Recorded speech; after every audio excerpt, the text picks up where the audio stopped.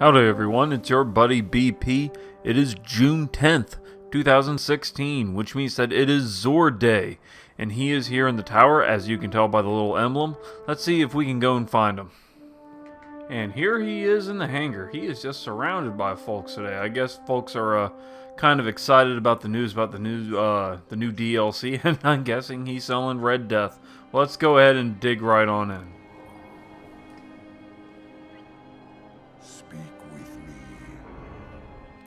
Titans this week will get the Glasshouse. It has an intellect and strength build. Its perks include Inverse Shadow, Second Thoughts, and Better Already. Its exotic perk is Bathed in Light. Blessing of Light and Weapons of Light last longer. I think he sold this not too long ago. Pretty cool looking. Used to be part of the, what was it called? The Dark Below. It was introduced in that expansion pack back in year 1. And it's okay for Defender Titans. I like playing as Defender Titan. I guess it's pretty cool if you're using it in PvP with a sniper rifle that has high impact. Then you can just use your Weapons of Light ability to just sort of keep spamming, keep taking advantage of your Weapons of Light, so you can keep one-shotting people on the body, assuming, of course, you have the ammo to spare. So it's fun in that, and there's a few PvE activities where this can be made useful, namely in things like raids or what have you. Though I can't recommend these over my no backup plans. I think the no backup plans are just absolutely fantastic. But these this helmet isn't bad either, and I mean, look at it. It's just kind of cool. Look, it's got all these shapes that just sort of sparkles whenever you rotate it around. And it's got this like tube with all this like light. Looks really good with the shader too. This is the Queen's Web shader. Looks nice with that. So it's not too bad. If you have the coins to spare, I'd say go ahead and, well, maybe pick it up. I don't know about that roll. I guess it could be worse, but yeah, if you have the coins to spare, go ahead pick it up, but it's not a must-have. Hunters this week will get the Don't Touch Me. It has a discipline and strength build, focusing mostly on strength. Its other perks include Switchblade, Impact Induction, Sniper Rifle Loader, and Scout Rifle Loader. Its exotic perk is Defensive Reflex. Taking damage from a melee attack makes you briefly invisible. This is also an exotic that was introduced in the Dark Below. It was fairly popular in the Dark Below raid. What was it called? The one where you go into the Hellmouth to fight Oryx. I think it might have just been called Dark Below.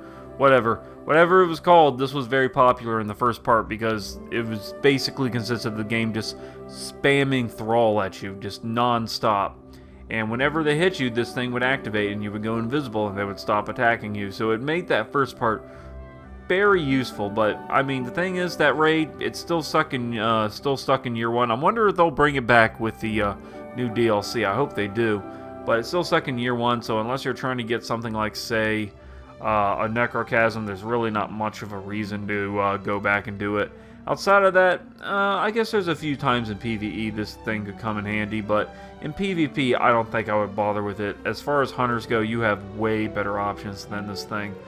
But yeah, I would say this is just for collectors. Warlocks this week will get the Ram. It has a discipline and strength build. Its perks include Inverse Shadow, Heavy Lifting, and Infusion. Its exotic perk is Strength of the Ram. You gain increased armor, and all Voidwalker melees trigger lifesteal on hit. This thing is extremely popular with Warlocks, and especially Voidwalkers, which have been making a comeback.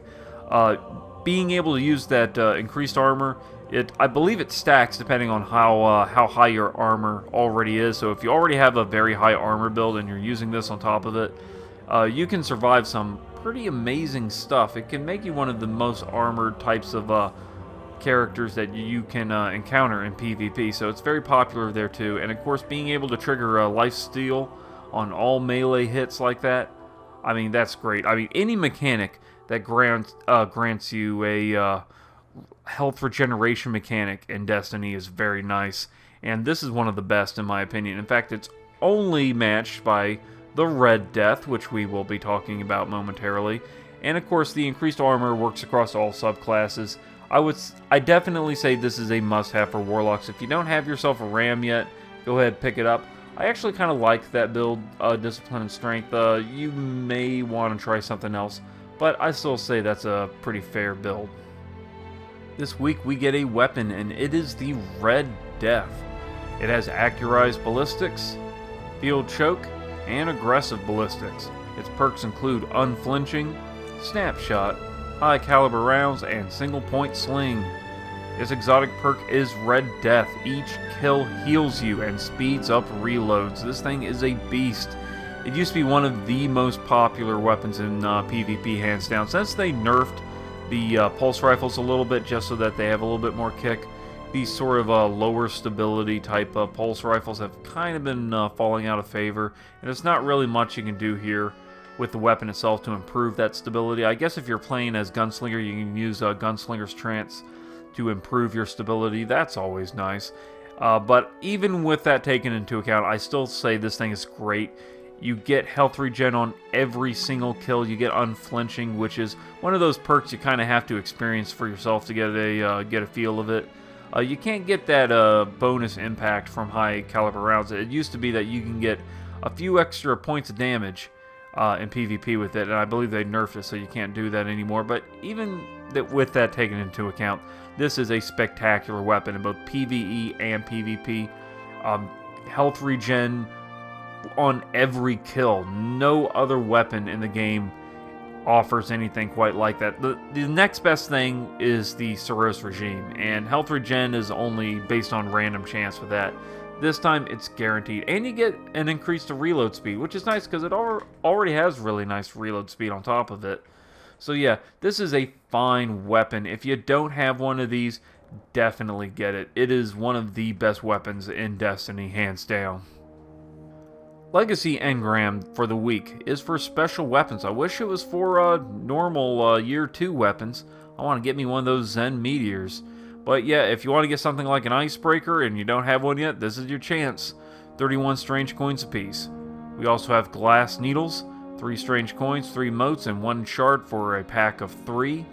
3 of coins, you get a pack of 5 for 7 strange coins. And Heavy Ammo Synths, you get a pack of 3 for 1 strange coin.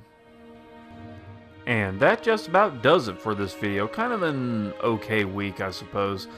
The Titans and the Hunters, they didn't get the best stuff, but that Ram is a must-have, and so is that Red Death. That Red Death, like I said, is one of the best weapons in Destiny. Everyone must have it. It's good for just about any situation. So yeah, what about you? What do you think about the haul we got this week? Let me know in the comments section. I try to respond to as many people as I can. And don't forget to spank that like button if you enjoyed the video or if you found it helpful in any way. Your support means a lot to me. And as always, y'all be good to each other, and I will see you in the next video.